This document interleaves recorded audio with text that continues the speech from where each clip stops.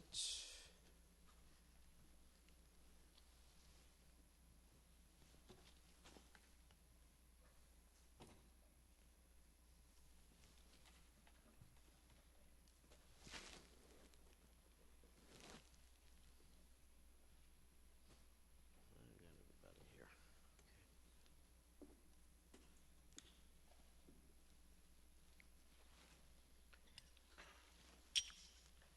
I got everybody here. Jaya Radha Madhava Kunya Vihare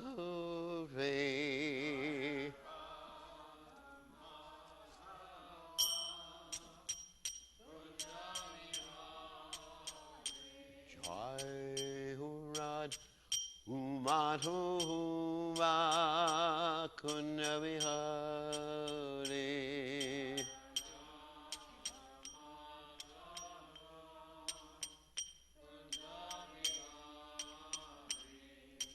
Gopijana Balaba Kirivadadhure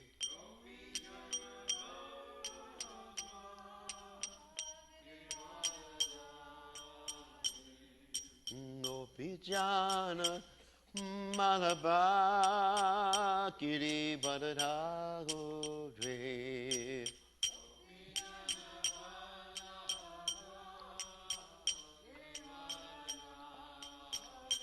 Yasodananda Vraja Jano Nandahuna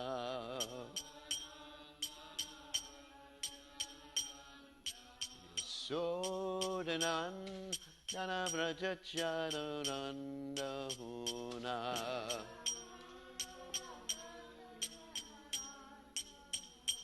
Jamuna Tera Panachagute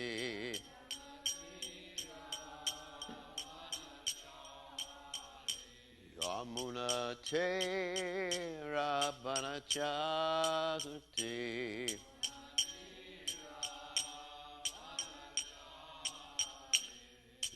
Jai Huradam Madhuva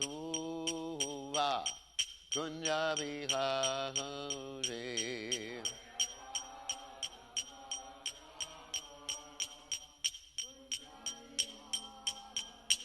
Joyurad Madhuva Kunja Vihare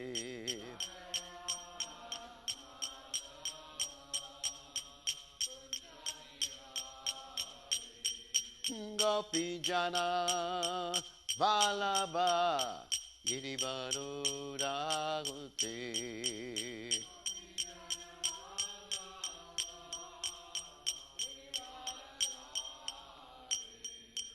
Gopijana Valabha Girivaduragute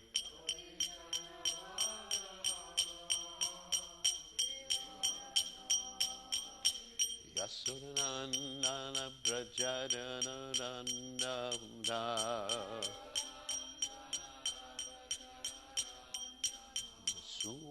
Yasodananda Brajadananda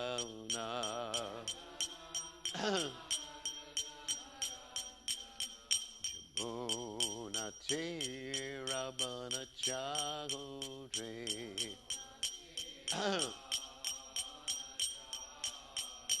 Yamuna Tera Banachagore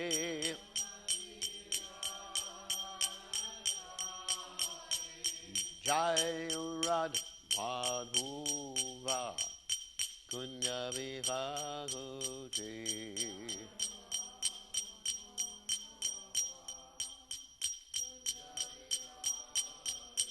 Jai Radha Madhuva Kunya Vihagute Madhava Vihare Jai Om Vishnupad Paramahamsa Paravatikacharya also Tada Satashi Shimad His Divine Grace Abhaya Charananda Bhaktivedanta Goswami Srila Prabhupada ki jai. ISKCON Founder Acharya Srila Prabhupada ki jai. Anantakoti Vaishnava Vrinda ki jai. Namacharya Srila Hridas Thakur ki jai. Friends, say, Kaho Shri Krishna Chaitanya Prabhu Nityananda Shitweda Gadadha Shivasadi Gaur Bhakta Vrinda ki jai. Shri Shri Radhakrishna Gopakapata Sayam Kunda Radhakunda Giri Govardhan ki jai. Vrindavanam ki jai. Maturidam ki jai. Jagannath Swami ki jai. Yamudamai ki jai. Shrimati Lasi Devi ki jai. Samaveda Bhakta Vrinda ki jai. Gaur Premananda Hari Hari Hari Bol. All glories to the assembled devotees. All glories to the assembled devotees. All glories to the assembled devotees. All glories to Shri Guru and Gauranga. Srila Prabhupada ki jai.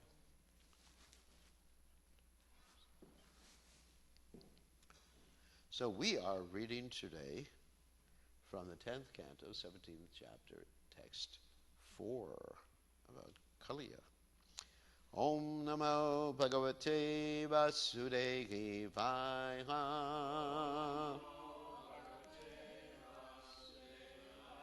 Om Namo Bhagavate Vasudevaya. Om Namo Bhagavate Vasudevaya.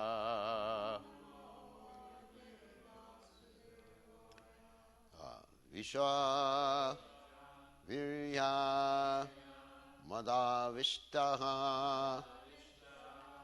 Kadraveyas Tu Kaliyaha Kadarte Kritya Garudam Swayam Tam Bubhuje Balem Vishavirya Madhavishta Kadravyastu Kaliyaha Kadarti Kritya Garudam Swayam Tamba Bubuje Balem Balem Vishavirya Madhavishta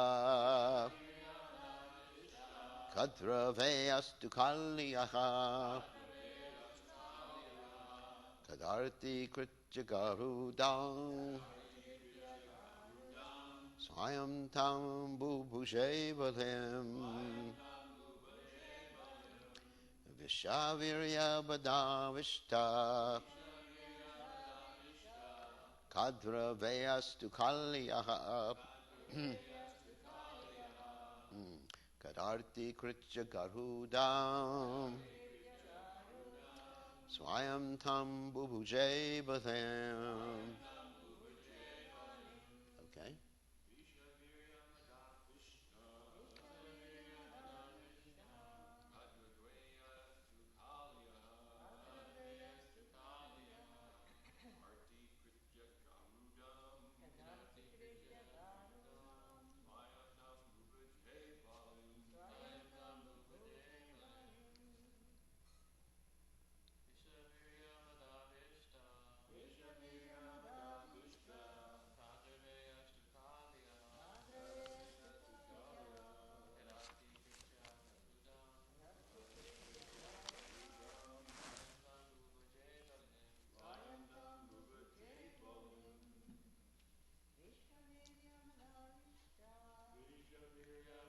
Vishta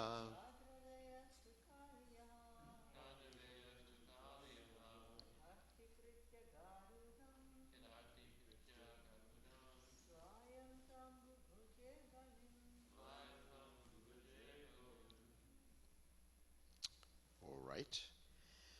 Visha, because of his poison. Virya, and his strength. Mada, in intoxication. Avishtaha, absorbed. Kadraveyaha, the son of Kadru. 2, on the other hand, Kaliyaha, Kaliya. Akadarti Kritya, disregarding. Garudam, Garuda. Swayam, himself. Tam, that. Bubhuje, ate. Palim, the offering. Translation: although all the other serpents were dutifully making offerings to Garuda, one serpent, the arrogant Kaliya, son of Kadru, would eat all these offerings before Garuda could claim them. Thus Kaliya directly defied the carrier of Lord Vishnu. So you can repeat. Whoops. Although all the other serpents were dutifully making offerings to Garuda, one serpent, the arrogant Kaliya, son of Kadru, would eat all these offerings before Garuda could claim them. Thus Kaliya directly defied the carrier of Lord Vishnu. So there's no purport by the servants of Srila Prabhupada, but I will read the short purports of Jiva Goswami, and there's another purport after that. He was proud because of power and poison. He was the son of Kadru, and thus the cousin brother of Garuda, whose mother was Vinata, sister of Kadru, which I talked about yesterday, but was his enemies. Pride was another reason for taking the offering. He ate the offerings with disrespect for Garuda. Garuda heard from his servants that Kaliya had treated him as insignificant by taking the offerings by force. And so that's the only purport to this. So go back to the verse. Vishavirya madavishta kadraveyastu kaliyaha kadarti kritya garudam swayam tam bubuje balim. So Om Ganati Miranda Shah Gananjana Shalakaya Chakshurun Meditam Yena Tasmai Shi Gurave Namaha. So what I'd like to talk about today is something that's near and dear to everyone's heart, which is pride and arrogance. And we'll start off this discussion with reading a verse from the Bhagavad Gita, the 16th chapter, text 4. It's actually quite an important verse. Dharmo dharpo vivanas cha kroda pariyushameva cha jnanam chabijata parta sampadamasarim. So the translation is pride, arrogance, conceit, anger, harshness, and ignorance. These qualities belong to those of the demoniac nature. Now let me just look at this. Actually, it's very interesting in the word abhijatasya in this particular Sanskrit, which means someone who is born with these qualities. So this very much refers to Kaliya. And let me read Prabhupada's purport. In this verse, the royal road to hell is described. Wow. Let me repeat that. The royal road to hell. That means you think you're going. Royal road, in this particular context, means you think that you're going in the right direction and you're enjoying life, but you're going to hell. The demoniac want to make a show of religion and advancement in spiritual science, although they do not follow the principles. They're always arrogant or proud in possessing some type of education or so much wealth. They desire to be worshipped by others and demand respectability. I'm going to give some examples of this. Although they do not command respect. So this is actually interesting. Like, this is a common saying, one should not demand respect, one should command respect. You understand? Demand means like, because I have a particular position, I'm a sannyasi, bow down, mister, as the song goes. Bow down, Mr. Hare Krishna, Hare Ram. But they command respect. And you see that Prabhupada actually commanded respect just by his demeanor. Over trifles, they become very angry and speak harshly, not gently. They do not know what should be done, what should not be done. They do everything whimsically according to their own desire, and thus they do not recognize any authority. Sounds like political leaders, and we know.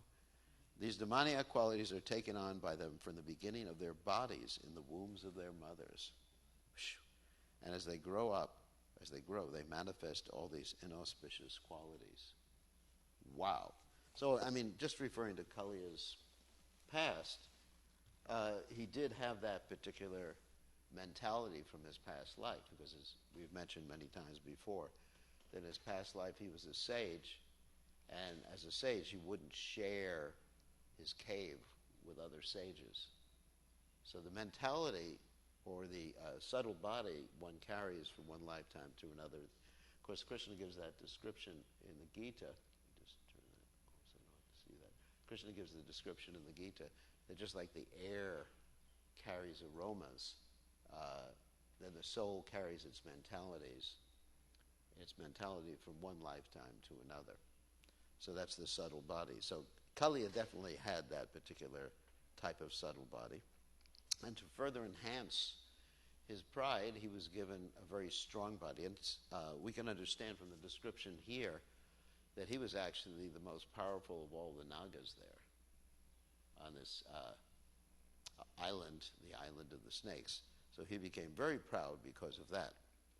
So let me read, and let me read what happens when one has all these material attributes. And this is from the 11th canto. One has all these material attributes and is not God conscious. And this is from Narada's teaching to Vasudeva. These are talking about kings and Brahmins who have material attributes, but they're not religious. Because in the beginning of this chapter, I believe, the question is raised. Yes. This is chapter 5 in the 11th canto, if you want to look it up. In the first verse, the question is raised. King Nimi further inquired, my dear Yogendras, this King Nimi inquired from the Yogendras. All of you are most perfect in knowledge of the science of the self. Therefore, kindly explain to me the destination of those who, for the most part, never worship the Supreme Personality of Godhead. So, Hari, who are unable to quench their material desires and who are not in control of their own selves. And in text 6, there's an interesting statement about arrogance, because today we're talking about arrogance. Ignorant of the art of work, such arrogantly proud fools, enchanted and enlivened by the sweet words of the Vedas, pose as learned authorities and offer flattering entreaties to the demigods. So I'm not going to read, so maybe I should read this. Anyway, don't have to read the purport for that particular verse. So, anyway, so the point is, as mentioned by Queen Kunti, Janmai Shvarya Shutashoshibir Edamana Adapuman, that there's these different factors in this world that instill some pride in us. You know, Janma, good birth. I remember when I was young, forgive me for this one, I was told that I was from one of the chosen people. Forgive me for this.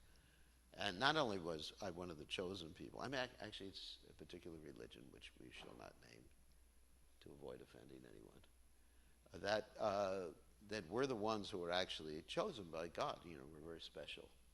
God's gift to whatever humankind. And not only that, I was told that our family was the best amongst the chosen people. So that I was instilled with a sense of pride.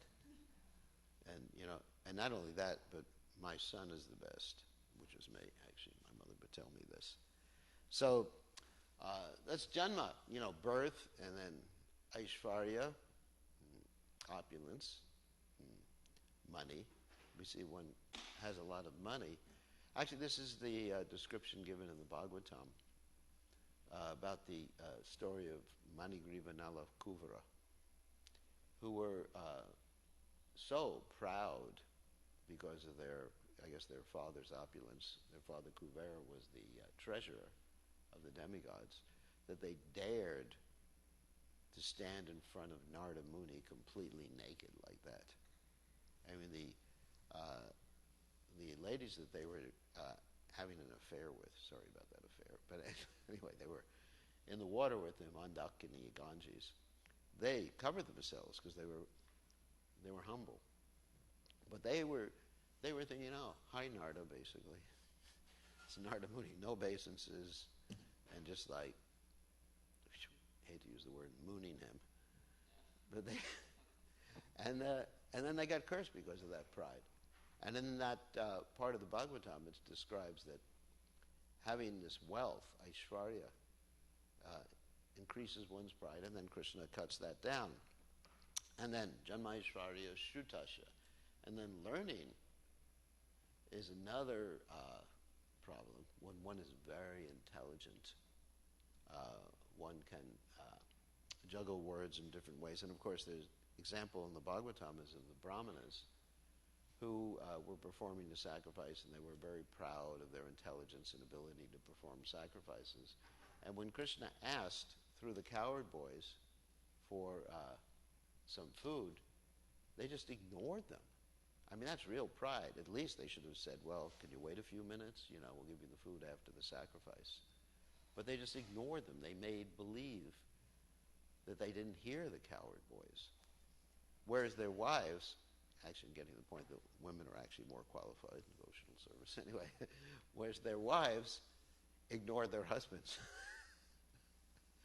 It's described in the Bhagavatam that when Krishna's cowherd boys, they went to the wives and said, Krishna and Balaram are hungry.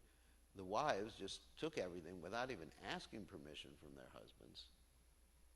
And the husbands basically said, where are you going? And they just ignored their husbands and brought everything to Krishna. So you see the benefit of being humble in Krishna consciousness.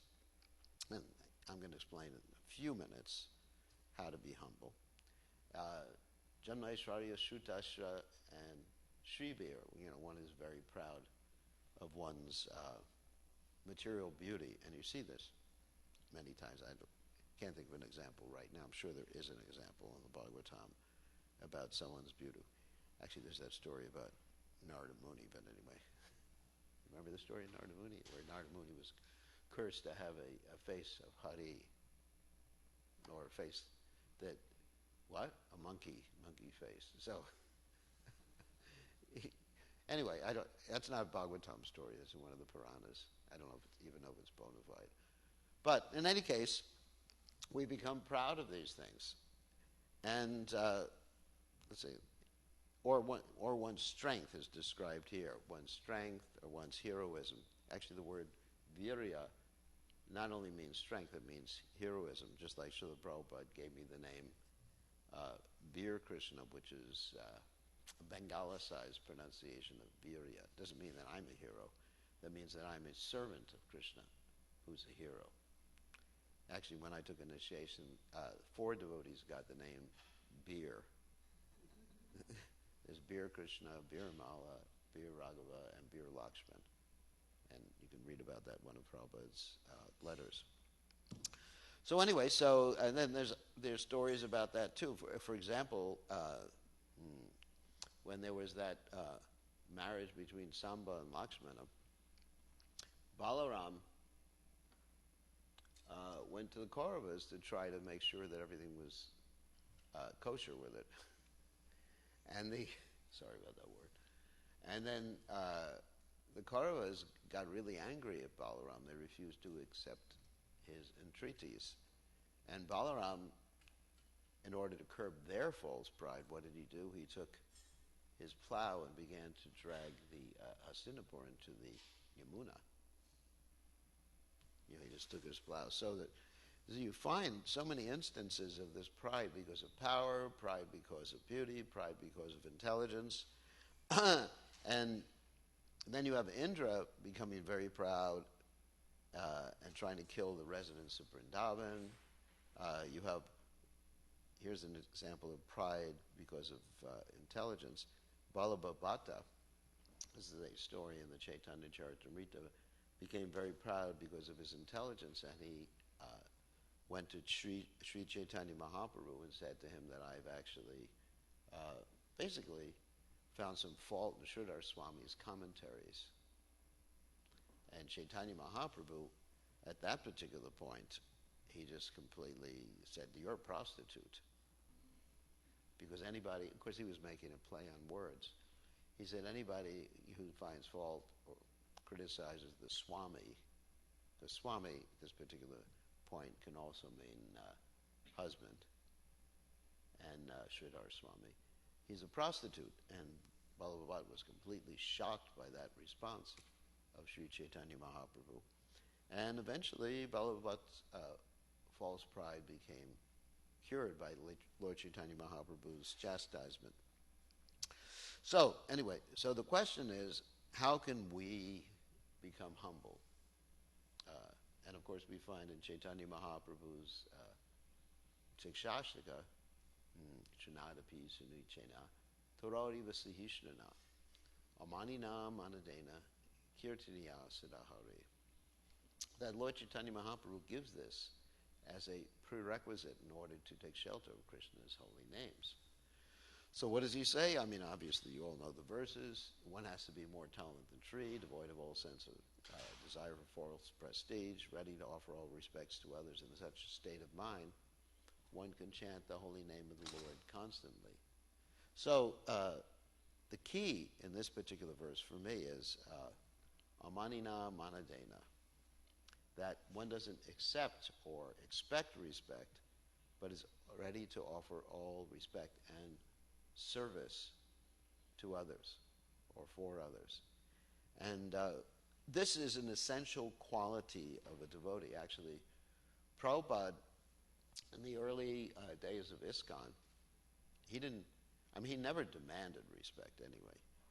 But in the early days of ISKCON, he actually put himself into what would normally be considered a subservient position in relationship to the new devotees.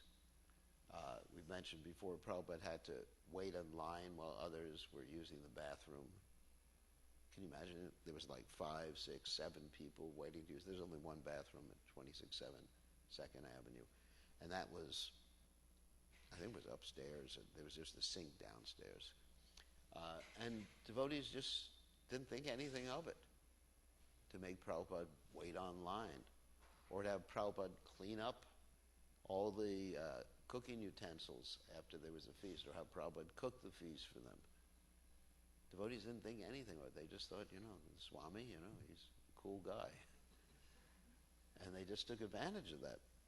But Prabhupada never complained about it. He never complained.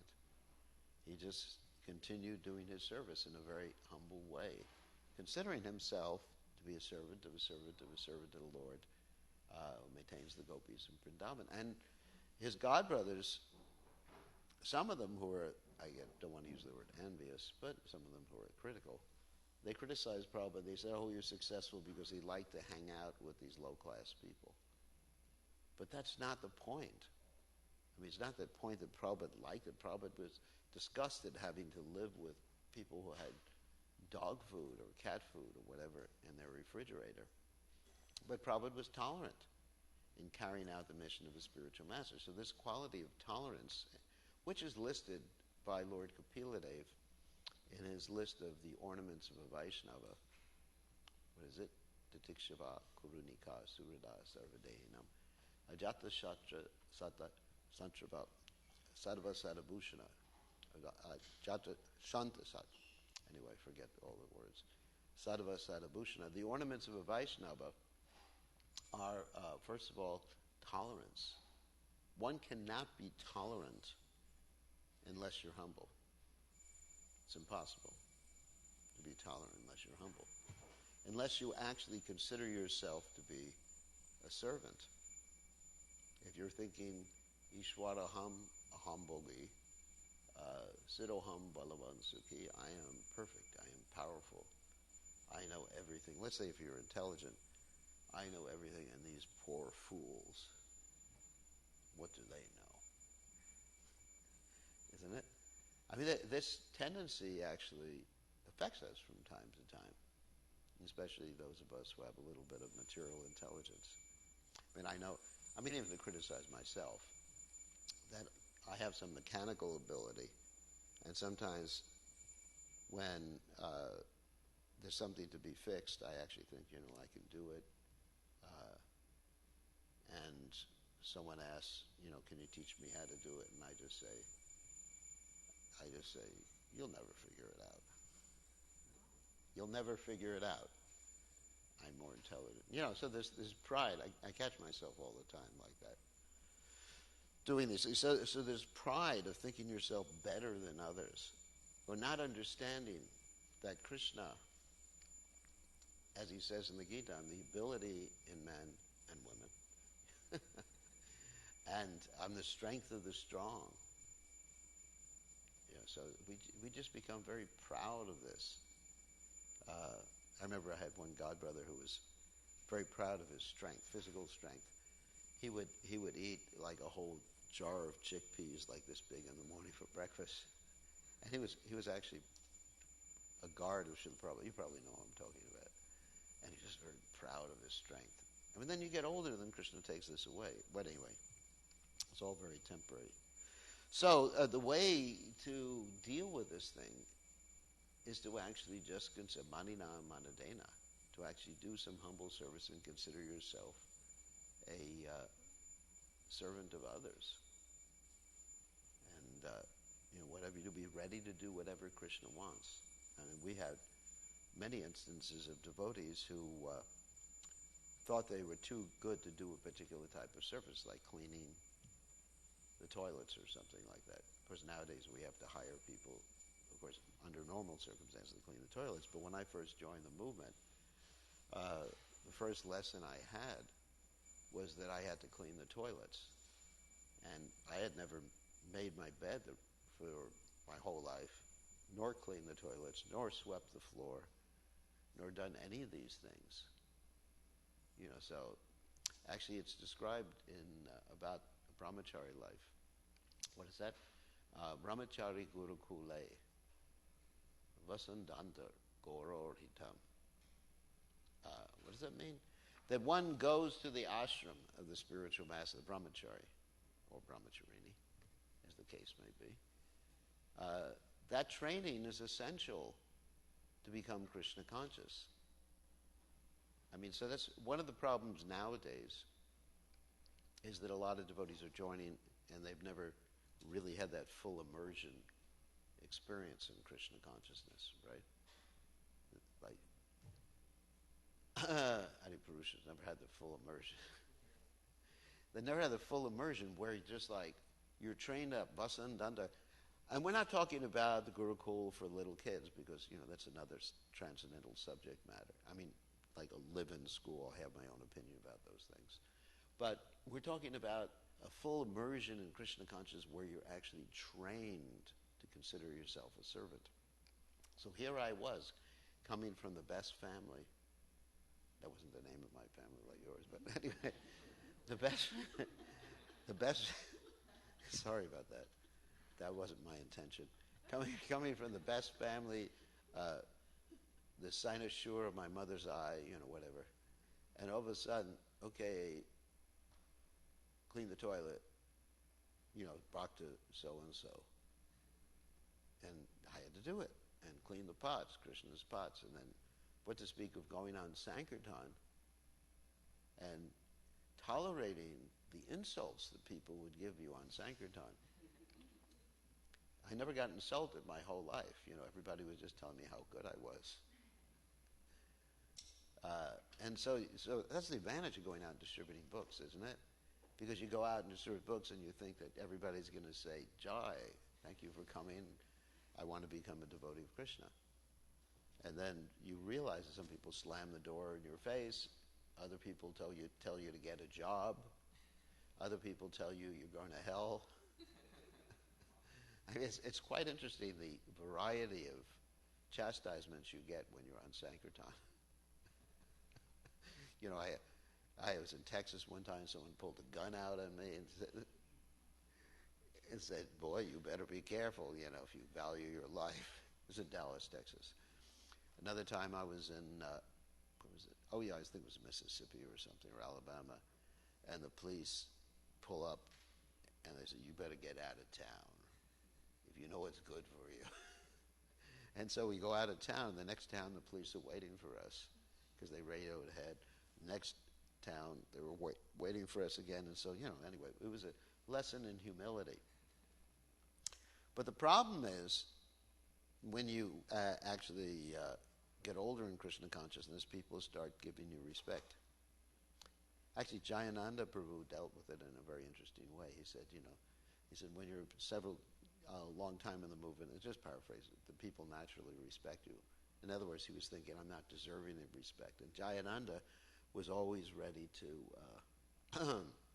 do some menial service. I mean, there's so many stories about Jayananda Prabhu, how people would come to the temple and he'd be taking out the garbage and he was the temple president. Or I remember going to the temple in San Francisco one time, and I wanted to speak to Jayananda, and all I could do was talk to his legs who were sticking out from underneath the car. I didn't talk to his legs, but I mean, just talk to him as his legs were sticking out from. So he was just like a humble servant, and he would stay awake all night doing service, and he was the most advanced devotee in the Krishna consciousness, in San Francisco at least at that particular time. So he was a very, very good role model in that regard. So, but as one gets a position in Krishna consciousness, you know, one becomes an older devotee and a Prabhupada disciple. That's even better. So, or one takes sannyas, or one becomes a guru. Then there's that great danger, this pride, the arrogance, and you know, we've seen it. I've seen it myself. And so one has to be very, very careful in dealing with these opulences that one has been given by Krishna. You know, whether it is position, beauty. Well, I don't have to worry about that one. But my beauty got up and went. Anyway, so whether it's beauty or learning or any of those things, or position, I mean, these are all entanglements that one has to just really somehow or other not identify with. These are all upadis. You know, upadi means designation. And just identify yourself as a servant of, that means a servant of everybody. And then you can overcome this tendency towards arrogance. Because the manifestation of arrogance, actually in the Gita, let's go back to the Gita again, is anger. Of course, the first manifestation is you're arrogant. But it's pride, arrogance. So actually, Prabhupada in his translation gives like what happens when you become prideful. Your pride, arrogance, conceit, then anger, and then you become harsh, and ultimately you become ignorant. So anyway, so we can overcome these tendencies that we were born with, abhijatasya, as described here in the verse, by continually remembering our position, chanting the holy name, serving the Vaishnavas, etc. Okay, on that happy note, we'll leave it open for questions. Anyone have any questions? Yes.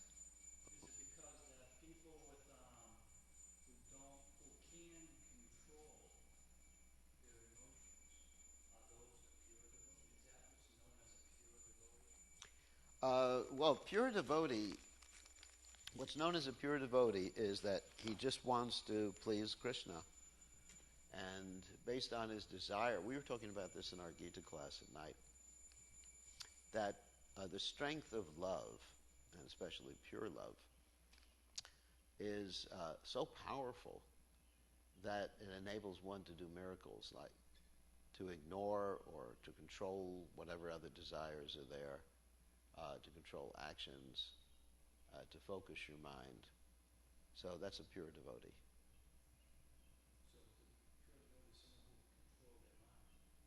Yes, because he loves Krishna. He's not just like a yogi, a hatha yogi or whatever type of yogi, who controls his mind just because he wants liberation, and then the mind goes out of control.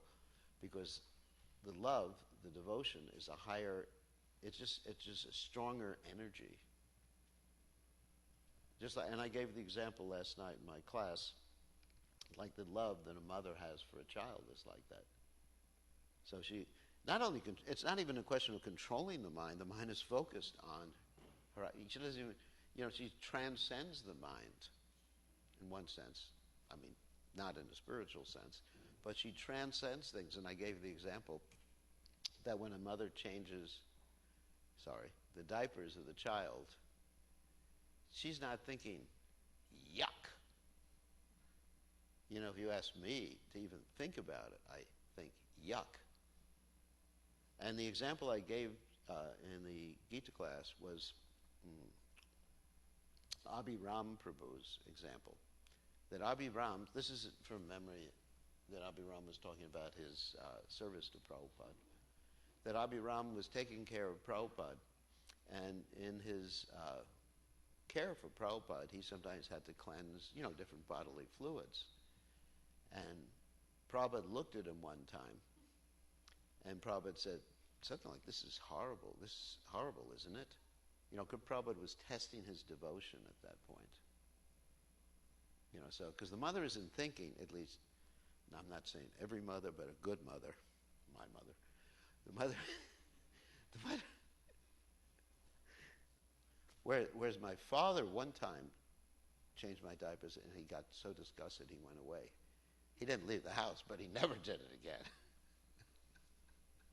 Shows the love of the mother. So anyway, getting back to the Abhiram story, that Abhiram was doing this in Prabhupada in order to test it, because he mentioned that Prabhupada, he was very regal by nature. And Prabhupada really didn't want to take service from other people or consider himself like that to be dependent on others, strong sense of autonomy.